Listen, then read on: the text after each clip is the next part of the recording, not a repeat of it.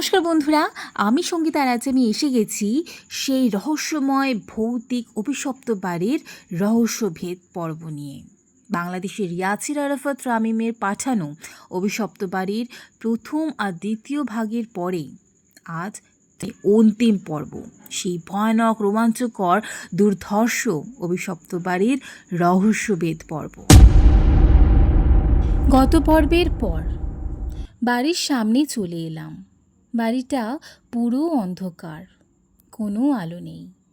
এই রাতে বাড়িটিকে সত্যি খুব ভুতুড়ে লাগছে। জানি না বাড়িতে ঢোকার পর আজকে আমার কি হবে। যা হবে আল্লাহই জানেন। বাড়ির মালিক বলেন, হুজুর, আমার কাছে টর্চ আছে, এটা নিন। আর এই নিন একটা ফ্ল্যাটের চাবি। এটা 209 নম্বর ফ্ল্যাটের চাবি। আমার আরও কয়েকটা আছে, কোনটা নেবেন? আমি বললাম, যে কোনো একটা দিলেই হবে। লোকটি তখন বলেন, আচ্ছা এই নিন, সাবধানে যাবেন, সাবধানে থাকবেন, আল্লাহ ভরসা। তারপর আমি টর্চ আর চাবি নিয়ে বাড়ির ভেতরে প্রবেশ করলাম। 200 নম্বর ফ্ল্যাটের চাবি নিয়েছি। সেটা 2 তলার 9 নম্বর ফ্ল্যাট। এই বাড়ির ভেতরে ঢুকতেই গাটা কেমন যেন ছমছম করে উঠল। শরীর বেয়ে হালকা শীতল স্রোত বয়ে গেল। 2 তলায় উঠে 9 নম্বর রুম খুঁজতে লাগলাম। কিছুক্ষণ খোঁজার পরেই পেয়েও গেলাম। তারপর চাবি দিয়ে দরজা খুলে ভেতরে প্রবেশ করলাম। রুমটা সত্যি দারুণ। সত্যি তিনি অনেক টাকা ঢেলেছেন এখানে। সব রুমেরই ওপরে নিচে দামি টাইলস করা, অনেকটা বিদেশি ডিজাইনে রুমগুলো করা। উপরে সাজসজ্জাও আছে, চোখ ধাঁধানো কারুকার্য উপরে। যাই হোক, আমি সেখানের একটা রুমে গিয়ে দরজা লাগিয়ে দিলাম। তারপর আমি আয়াতুল কুরসি সহ কিছু সূরার আয়াত আর কিছু দোয়া পড়ে রুমের 4 কোণার 4 বার তালি দিলাম। এরপর রুমের মাঝখানে নিমের ডালগুলো দিয়ে আগুন জ্বালিয়ে দিলাম। এদিকে আমি আমার সেই জিন ছাত্রটিকে ডেকে তাকে উপস্থিত থাকতে বললাম। আমি ওকে বললাম, দেখো তো কাউকে দেখতে পাও কি না? সে বলে, না হুজুর, এই মুহূর্তে কাউকে দেখা যাচ্ছে না, হয়তো ওরা অন্য জায়গায় আছে। আমি বললাম, বুঝেছি, তাহলে কাজ শুরু করা যাক। এখন আমার কাজ হলো, যদি এখানে কেউ থেকে থাকে তাহলে তাকে ডাকা, তারপর তাকে মানানো। মানলে ভালো, আর না মানলে অন্য ব্যবস্থা করা আছে। আমি আমার কাজ শুরু করে দিলাম। পাশে আমার ছাত্রও ছিল। আমি কিছু দোয়া আর সূরা পড়লাম, আর সাথে কিছু আমল করতে লাগলাম। দেখি কতক্ষণে এরা আসে। অনেকক্ষণ ধরে কাজ করতে লাগলাম, কিন্তু কোনো সাড়া শব্দ নেই। আর ছাত্রটাও কিছু দেখছে না। তার মানে কি এখানে অশরীরী কিছুই নেই? তাও আমি আমার কাজ চালিয়ে গেলাম। প্রায় 1.5 ঘন্টা ধরে আমল করলাম, কিন্তু কোনো কিছু হচ্ছে না। আমার এখন বিরক্ত লাগছে, কারণ আমি যেই আমল করছি তাতে কিছুক্ষণের মধ্যেই চলে আসার কথা। আমি আমার ছাত্রটিকে বললাম, কিরে, কিছুই তো হচ্ছে না, কি বলো তুমি? আমার ছাত্রজিন বলল, আমার মনে হয় হুজুর, এরা অনেক শক্তিশালী, তাই এত সহজে ধরা দেবে না। আমি তখন আবার বলি, তাহলে আরও চেষ্টা করতে হবে বলছো? জি হুজুর। আচ্ছা, তাহলে দেখা যাক। আমি আরও কিছুক্ষণ চালিয়ে গেলাম, তবে এবার আরও একটু কঠিন আমল পড়লাম। কিছুক্ষণ পর অনুভব করলাম রুমে আস্তে আস্তে কিসের যেন কালো ধোঁয়া আসছে বাইরে থেকে, আর রুমের মধ্যেও আস্তে আস্তে কিসের যেন দুর্গন্ধ আসছে। গন্ধটা এরকম, ঠিক আবর্জনা পচা, মানুষের লাশ পচা, পশু পাখির মলমূত্র, এই সব কিছুর গন্ধ একসাথে করলে যেরকম বাজে গন্ধ হয়, সেটা অনেকটাই সেরকম বা তার থেকেও বাজে। এই গন্ধটা আস্তেই আস্তে তীব্র হতে থাকে। আমি আর টিকতে পারছি না, তাই আমি দোয়া পরে একটা গোল করে গণ্ডি আঁকলাম আর তার ভেতরে বসে গেলাম। অনুধাবন করলাম গন্ধটা আস্তে আস্তে চলে যাচ্ছে। গন্ধটা ঠিকই আছে, কিন্তু সেটা গণ্ডির ভিতরে প্রবেশ করতে পারছে না। আর কালো ধোঁয়াটাও বেড়েছে। কালো ধোঁয়ায় রুম পুরো ছেয়ে গেছে, কিন্তু সেই ধোঁয়া গণ্ডি পেরোতে পারছে না। হঠাৎ আমার ছাত্রটি বলল, হুজুর, মনে হয় কেউ আসছে। শুধু কেউ না, সম্ভবত অনেকেই। আমি তখন বললাম, তাই নাকি? তাহলে আসতে দাও, দেখি সে বা তারা কত বড় শয়তান। লক্ষ্য করলাম রুমের পরিবেশ কেমন যেন থমথমে হয়ে গেল। চারদিকে ঘন কালো কুয়াশায় ঢেকে গেল। আগুন কিন্তু জ্বলছে, তবে সেটাও কালো কুয়াশায় ঢেকে গেছে। কি রে, আমায় ডাকলি কেন? মরার এত তাড়া কিসের তোর? হঠাৎ কি যেন এসব বলল। তার কণ্ঠ খুবই ভয়ানক, খুব মোটা গলার আওয়াজ, যেন কুয়োর গভীর থেকে কেউ জোরে জোরে কথা বলছে। আর বর্ণনা দিতে পারছি না এটা কী রকম, সেটা যে শুনবে একমাত্র সেই বুঝবে। আমি বললাম, কে তুমি? সে বলে, আমি কে সেটা জেনে তুই কি করবি? বরং তুই এটা জেনে নে, কিছুক্ষণ পর তুই এই পৃথিবীর মায়া ত্যাগ করবি। এটা আমাকে ডাকার ফল। আমি তখন তাকে বললাম, মায়া ত্যাগ করব কি করব না সেটা পরের ব্যাপার, আগে তুই এটা বল যে তুই কে। তখন সে বলে ওঠে, বলবো না, কি করবি তুই? আমি তখন বললাম, বলবি না তো দেখ কি করি। এই বলে আমি জ্বলন্ত একটা নিমের ডাল নিয়ে যেদিক থেকে আওয়াজ আসছে দোয়া পড়ে সেদিকে ছুঁড়ে দিলাম। আহ, জ্বলে গেল রে! তোর এত সাহস আমার শরীরে জ্বলন্ত কাঠ মারা! আমি তখন বললাম, সাহসের আর কি দেখলি? যা জিজ্ঞেস করি জলদি বল, না হলে আরও কঠিন শাস্তি দেব। আমার কাছে কিন্তু জমজমের পানিও আছে। জমজমের পানির কথা শুনে ও কিরম যেন ভয় পেল, আর কোনো বাকবিতণ্ডা না করেই এবার শান্তভাবে বলতে লাগলো। কি জানতে চাস বল? আমি তখন তাকে জিজ্ঞেস করি, তুই কে? আর এসব কে করেছে? তোরা এখানে কতজন আছিস?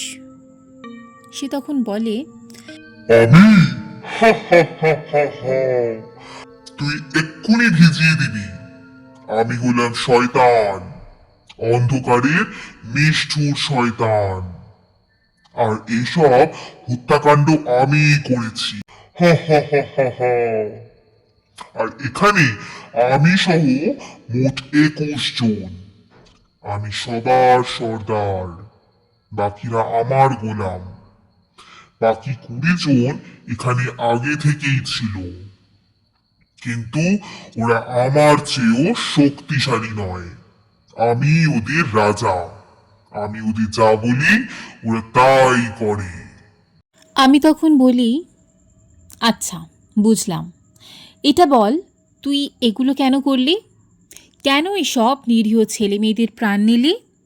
আর প্রাণ যখন নিলি, তাহলে ওদের বাকি অঙ্কগুলোর কি করলি? আচ্ছা, তাহলে তো তোকে শুরু থেকেই বলতে হয়। আমি তখন বলি, তাহলে শুরু থেকেই বল। আমি একজন শয়তান। ফাঁসখালি নামক এক অজপাড়া গ্রামে রবিন বলি এক যুবক থাকত। সবাই তাকে তান্ত্রিক রবিন বলি জানে, কিন্তু ও তান্ত্রিক তান্ত্রিক কিছু না, একটা ভণ্ড। সেই আমার পুজো করত, সে আমার গোলাম ছিল, সে আমার উপাসনা করত। তাই আমি তার সব ফালতু কাজ করে দিতাম, করতাম আমি, আর নাম হতো ওই রবিনের। তবে আমিও এমনি এমনি কাজ করতাম না, এর জন্য আমাকে ভোগ দিতে হতো। ভোগ হিসেবে আমি বিভিন্ন জিনিস চাইতাম, যেমন বিভিন্ন পশু পাখির বলি, নবজাতক কিংবা একটা আস্ত মানুষ। তবে এসবের মধ্যে আমার কাছে নবজাতক শিশু আর মানুষের রক্ত খেতে বেশ ভালো লাগে। ও আমাকে এসব মানুষের রক্ত কোথা থেকে যেন এনে দিত, আর এই জন্য আমি ওর যে কোনো কাজ করে দিতাম। ও নাকি সেসব মানুষদেরই আমার জন্য বলি দিত, যাদের দেখার কেউ নেই।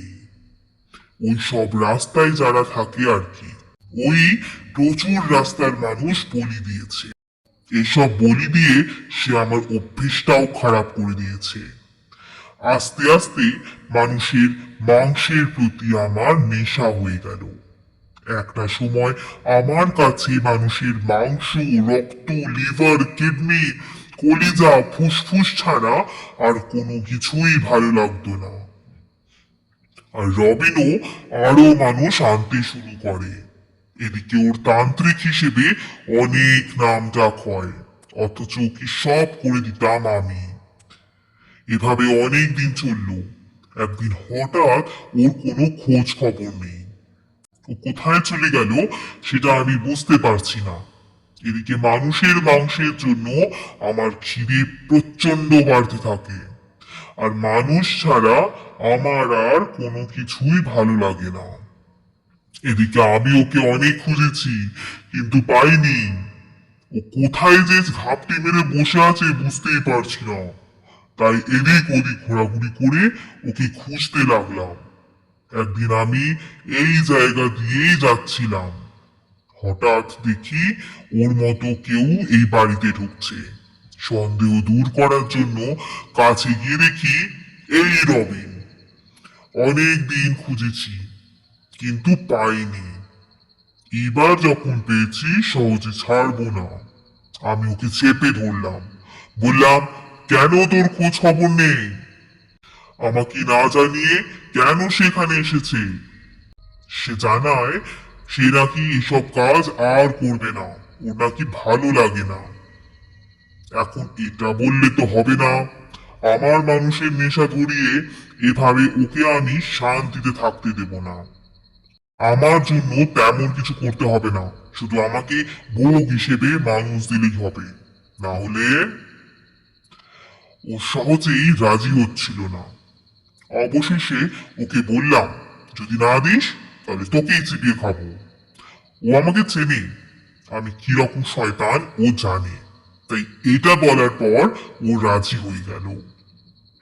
ও এখন আগের মতনই ভোগ দেয়, কিন্তু ও দেয় হচ্ছে রাস্তার ফকির, পাগল, এসব মানুষ, যেগুলো খেয়ে কোনো মজাই পাওয়া যায় না। তারা মনে হয় কিছু খায় না, তাদের মাংসে কোনো স্বাদ নেই। ওদের মাংস খেতে খেতে মুখটা যেন তেতো হয়ে গেছে। তাই ওকে বললাম আমাকে যেন এসব খেতে না পারা পাগল, বুড়ো আর মেয়ার উত্তীর্ণ আর না দেয়। আমাকে শুধু 30 বছরের নিচের কোনো ছেলে বা মেয়ে দিলেই হবে। ও প্রথম প্রথম রাজি না হলেও পরে ওকে যখন হুমকি দিই তখন ঠিকই রাজি হয়ে যায়। যেহেতু সে এখানে থাকে তাই এসব তরুণ তরুণীদের গায়েব করা খুব কঠিন। ও করতো কি, আমার মাধ্যমে একটা আকর্ষণীয় গিফট বাক্স বানালো, যেটা খুবই সুন্দর ছিল আর যে কেউই পছন্দ করত। ও সেখানে আমায় থাকতে বলল। এটা এজন্যই বলল যাতে যদি কেউ গিফট বাক্স খোলে, আমি তখন বাক্স হতে বের হয়ে তাকে বশ করতে পারি। হ্যাঁ, বুদ্ধিটা খারাপ না। ও বাক্সটা এমন ভাবে ডিজাইন করেছিল যে শুধুমাত্র কম বয়সী ছেলে মেয়েরাই আকৃষ্ট হবে। অবশ্য এতে আমারও হাত ছিল। যেই ভাবা সেই কাজ। ও যে কোনো ফ্ল্যাটের সামনে গিফট বাক্স রেখে সেই ফ্ল্যাটের কলিং বেল বাজিয়ে চলে যেত। পরে যদি কেউ দরজা খুলতো, তারা বাক্সটা দেখতো, বুঝতাম তাদের এটা পছন্দ হয়েছে, আর সেটা বাসার ভেতর নিয়ে যেত। পরে যদি কোনো কম বয়সী ছেলে বা মেয়ে থাকতো, তাহলে এই বাক্সের ডিজাইন তাদের আকৃষ্ট করত। তারপর ওরা রুমে নিয়ে খুলতো, আর যখনই খুলতো তখনই আমি বাক্স থেকে বের হয়ে ওদের বশ করতাম। পরে ওদের বশ অবস্থায় ফাঁসিতে ঝুলিয়ে দিতাম। ওরা যে গলায় ফাঁস দিচ্ছে এটা ওরা কখনোই ভাবেনি বা অনুভব করেনি। ওদের আমি যা বলতাম তাই করতো। ওদের ফাঁসিতে ঝুলাতাম রাত 12টায়, আর 1টার দিকে ওদের অঙ্গগুলো খেতাম।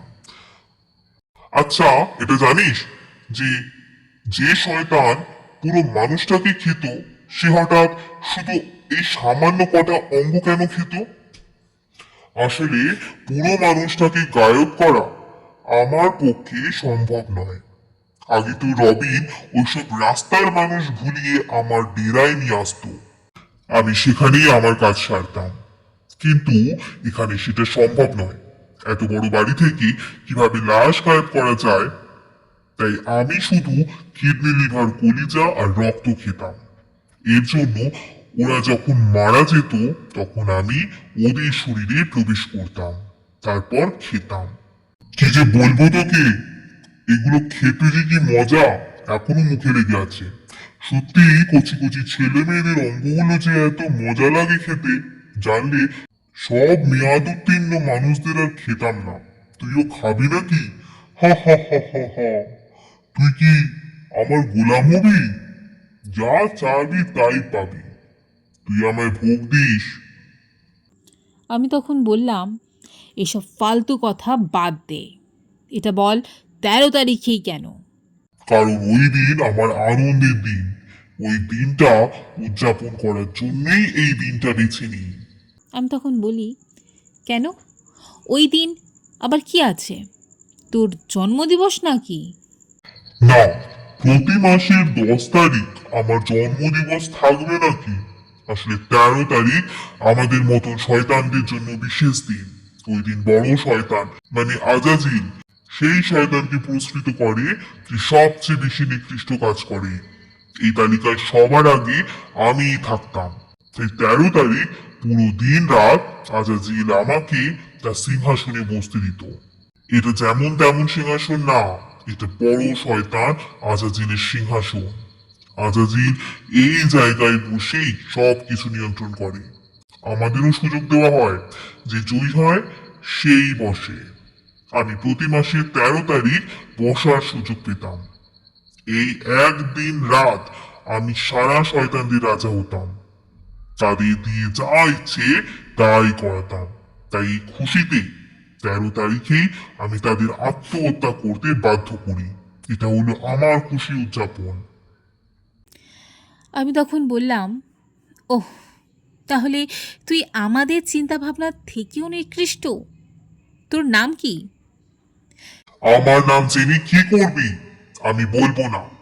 আমার নাম জেনে আমাকে বশ করার চেষ্টা করবি, তাই তো? ওটা তো হতে দেব না। আমি তখন বলি, আচ্ছা, না বললে নাই। আর তোর নাম জানার শখও আমার নেই। এটা বল, রবিনকে কোথায় পাবো? শয়তানটি তখন বলে, পাবি না। আমি একটু অবাক হলাম আর জিজ্ঞেস করলাম, মানে? তখন শয়তানটি যেটা বলল, আমি ওকে শেষ করে দিয়েছি। ওর দেহকে আমি ছিন্ন ভিন্ন করে দিয়েছি। আমি জিজ্ঞেস করি, কেন? শয়তানটি বলে, বদমাস কিনা আমাকে বশে আনার চেষ্টা করে। ও আমাকে বশ করে আমাকে চাকর বানাতে চেয়েছিল, কিন্তু সেটা হতে দিইনি। ওকে যদি আর কিছুদিন বাঁচিয়ে রাখতাম, বেটা ঠিকই আমাকে বশ করত। তাই সময়ের আগেই বেটাকে খতম করে দিয়েছি। ভালো করেছে কিনা বল? আমি তখন বলি, ভালো, সেটা তো এবার আমি তোর করব। এখন এটা বল, তুই এখান থেকে কখন যাবি? সে বলে, কি? তুই কি বললি? আমি যাব? জীবনেও না। আমি এখানে ঘাঁটি কেড়েছি, সহজেই আমাকে উচ্ছেদ করতে পারবি না। আমি তখন বলি, আমার তো ইচ্ছে করছে তোকে মেরে ফেলি। শয়তানটি বলে, কি? আমাকে মারবি না? কখনোই পারবি না। চেষ্টা করে দেখতে পারিস, উল্টো তুই মরবি। হা হা হা হা হা। আমি তখন বলি, হ্যাঁ, পারবো না সেটা আমিও জানি, কিন্তু অন্য কিছু তো করতে পারি। তুই এখানে থাকলে আরও মানুষ মরবে, আমি চাই না আর কেউ মরুক। শয়তানটি তখন জিজ্ঞেস করে, কি করবি তুই? আমি তখন সাহস নিয়ে তাকে বলি, দেখ কি করি। এই বলে আমি ব্যাগ থেকে কাঁচের শিশিগুলো বের করলাম। আমি সিদ্ধান্ত নিলাম একে শিশিতে বন্দি করব, তাই শিশিটা সামনে রাখলাম। আমি জমজমের পানি বের করে দোয়া পড়ে পুরো রুমে ছিটিয়ে দিলাম। আমি যখন পানি ছিটাচ্ছিলাম, ও তখন যন্ত্রণায় ছটপট করছে। আমি তো এটাই চেয়েছিলাম, আমি ওকে এতটা যন্ত্রণা দেব যে ও এই যন্ত্রণা সহ্য করতে পারবে না, না পেরেই সেই কাঁচের শিশিতে প্রবেশ করবে, কারণ শিশিতে এর কোনো প্রভাব পড়বে না। ওকে আমি আরও যন্ত্রণা দেওয়ার জন্য এবার ব্যাগ থেকে সরিষা বের করলাম, তারপর সেগুলো দোয়া পড়ে ছিটিয়ে দিলাম। এতে সে আরও জোরে ভয়ানক চিৎকার দিতে লাগলো। সে যে অনেক যন্ত্রণা পাচ্ছে সেটা আমি বুঝতে পারছি। আমার কাছে কিন্তু সরিষা বা জমজমের পানির অভাব ছিল না। আমিও দেখতে চাচ্ছি যে ও কতক্ষণ যন্ত্রণা সহ্য করতে পারে। অবশেষে দীর্ঘ আধ ঘন্টা যন্ত্রণা সহ্য করে বেচারা আর না পেরে শিশিতে প্রবেশ করলো, কিন্তু প্রবেশ করার আগে সে হুমকি দিয়ে গেল, বলল, এখন আমি এখানে প্রবেশ করলাম বটে, কিন্তু একদিন না একদিন তো আমি এখান থেকে মুক্তি পাবো, আর সেদিন আমি তোর সাথে বোঝাপড়া করব। চিন্তা করিস না, আমি আবার ফিরে আসবো। আসবো শুধুমাত্র তোর সাথে মোকাবিলা করতে, মনে রাখিস। ও প্রবেশ করার পর আমি শিশির মুখটা দোয়া পরে বন্ধ করে দিলাম। তারপর সেই শিশিটা আর একটা বড় শিশির ভেতর রাখলাম। তারপর সেই শিশির মুখটাও বন্ধ করলাম। তারপর যে লাল কাপড়টা এনেছিলাম ওইটাতে জাফরান কালি দিয়ে কিছু দোয়া লিখে সেই কাপড়টা শিশির উপরে বেঁধে দিয়ে সেই কাপড়টা শিশির উপরে বেঁধে দিলাম। তারপর সেই শিশিটা টিনের পটের ভিতরে রেখে দিলাম। তারপর একটা কাগজে ছোট করে সতর্কবাণী লিখে দিলাম, যাতে সহজে সবাই বুঝতে পারে। লিখে দিলাম, ডেঞ্জারাস, ডোন্ট ওপেন ইট। তারপর সেই কাগজটা টিনের পটের ভেতর রেখে দিলাম। এবার টিনের পটের মুখটা ভালো করে বন্ধ করে দিলাম। একেবারে ঢাকনাটিতে সুপার গ্লু লাগিয়ে দিলাম, যাতে সহজেই খোলা না যায়। এদিকে বাকি যেই 20টা জিন আছে তাদের চাইলে আমি বন্দি করতে পারতাম, কিন্তু ওরা নিরীহ। ওরা সাপ, বিড়াল, কুমিরের রূপ ধরে চুরিচামারি করে বেঁচে থাকে, আর পারলে মানুষকে একটু আধটু ভয় দেখায়। ওদের বলেছি যাতে মানুষকে আর ভয় না দেখায় আর সঠিকভাবে চলতে। ওরা বলেছে তাই করবে, তাই আর ওদের বন্দি করলাম না। কাজ শেষে আমি পটটা নিয়ে বাড়ি থেকে বের হয়ে আসলাম। তখন প্রায় 3:45 বাজে। লোকটি বাইরে আমার জন্য অপেক্ষা করছিল। আমায় দেখে জিজ্ঞেস করলো, হুজুর, কাজ কি শেষ হলো? আমি তাকে বললাম, হ্যাঁ হলো। যে পটটা দেখছেন এর মধ্যে সেই শয়তানটা আছে, আমি তাকে এখানে বন্দি করেছি, আর এটা আমি কোনো সাগরের মাঝখানে ফেলে দেব, আর এখন আপনাকে কিছু করতে হবে। লোকটি আমায় বলেন, বলুন কি করতে হবে? আমি বললাম, প্রথমে বাড়িতে মিলাদ পড়াবেন, তারপর প্রত্যেকটি ফ্ল্যাট দোয়া পড়ে বন্ধ করে দিবেন। লোকটি আমায় বলে, এসব যদি আপনি করেন? আমি তখন বললাম, আমি আর কত করব বলেন, এসব যে কোনো হুজুরই করতে পারেন। আমি আপনাকে আসল সমস্যা থেকে মুক্তি দিলাম, এখন বাকিটা আপনার দায়িত্ব। লোকটি বলেন, আচ্ছা হুজুর, ঠিক আছে, আপনাকে বাসায় পৌঁছে দিই, চলেন। এরপর গাড়ি করে সে আমাকে বাসায় পৌঁছে দিল। পরের দিন সকালে আমি সেই টিনের পটটা বঙ্গোপসাগরের মাঝখানে ফেলে দিলাম। মনে মনে বললাম, এবার কিভাবে মুক্তি পাবি আমিও দেখি। তো কেমন ছিল এই অন্যরকম ঘটনাটি বলে আয়াত হুজুর তার দারুণ রোমাঞ্চকর ঘটনাটি শেষ করলেন।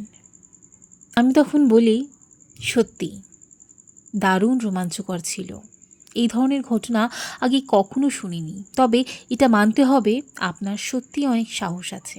কিভাবে যে ওই শয়তানটাকে বন্দি করলেন? আয়াত হুজুর হেসে বললেন, সাহস নয়, দুঃসাহস বলো। সমাপ্ত। তো বন্ধুরা, আজকের ইয়াসির আরাফাত রামিমের পাঠানো এই অভিশপ্ত বাড়ির তৃতীয় পর্ব বা অন্তিম পর্ব আপনাদের কেমন লাগলো অবশ্যই কমেন্ট বক্সে জানাবেন। আমার তো দারুণ লেগেছে, একটা ভয়ানক এক্সপিরিয়েন্স। সামান্য আমি গল্পটা পড়বার সময় আমার কেমন লাগছিল, তো যার সাথে হয়েছে বা যে ফেস করেছি, জানি না সে কেমনভাবে রিয়্যাক্ট করেছে বা সে কেমনভাবে সেই সময়টা কাটিয়েছে।